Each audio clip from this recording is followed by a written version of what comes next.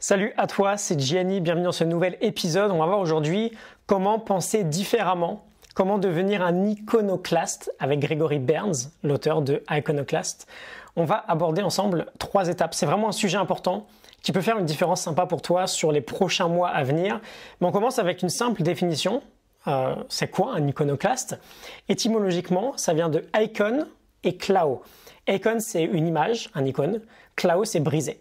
Donc un iconoclaste, c'est quelqu'un, grosso modo, qui fait quelque chose alors que tout le monde lui dit que c'était impossible. C'est la définition de Gregory Berns, elle me plaît beaucoup.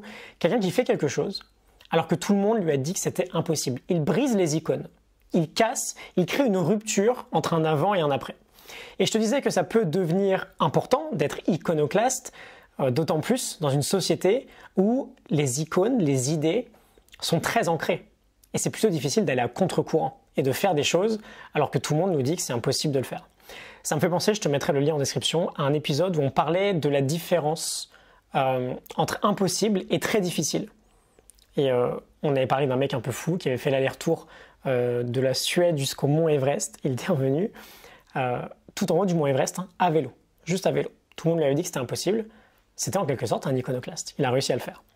Alors comment fonctionne le cerveau d'un iconoclaste en comparaison avec quelqu'un, on va dire, qui se conforme un peu plus facilement?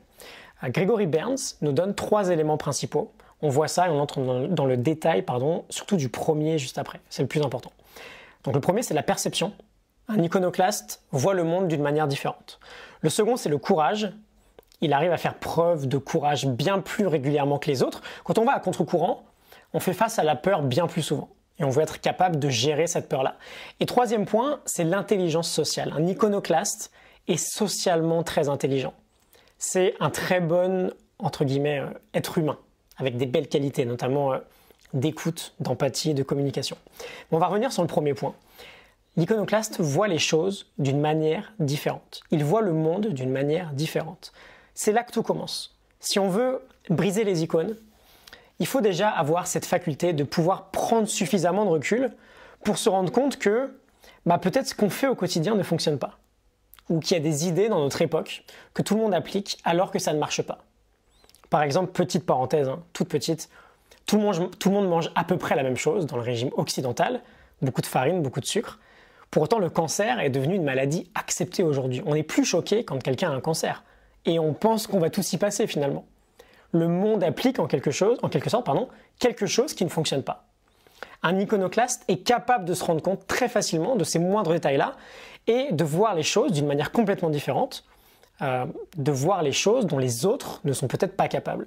Et donc la question devient, comment on fait pour prendre autant de recul sur le monde qui nous entoure? 2 petites idées que je te partage. La première, c'est tout simplement que si on veut penser différemment, il faut faire des choses différentes. Quand on est constamment dans son petit monde, dans sa petite routine, sur son smartphone H24, on ne peut pas se rendre compte de ce qui se passe vraiment parce qu'on est aspiré par autre chose. Voyager, par exemple, c'est un très bon moyen de voir les choses différemment.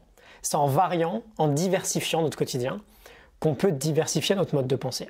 Et deuxième idée, la plus importante, je pense, c'est de déconnecter un maximum, de combattre notre addiction digitale. On ne peut pas prendre du recul quand 150 fois par jour, on est dans la réaction vis-à-vis de nos mails, de nos notifications, etc., etc. Alors qu'on pourrait être dans la création.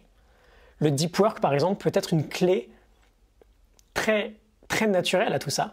Je te laisserai parcourir les quelques liens en description si tu veux en savoir un peu plus sur ce sujet-là. Donc, iconoclaste, briser les icônes, faire ce qui paraît impossible de faire. 3 étapes, perception, courage, intelligence sociale.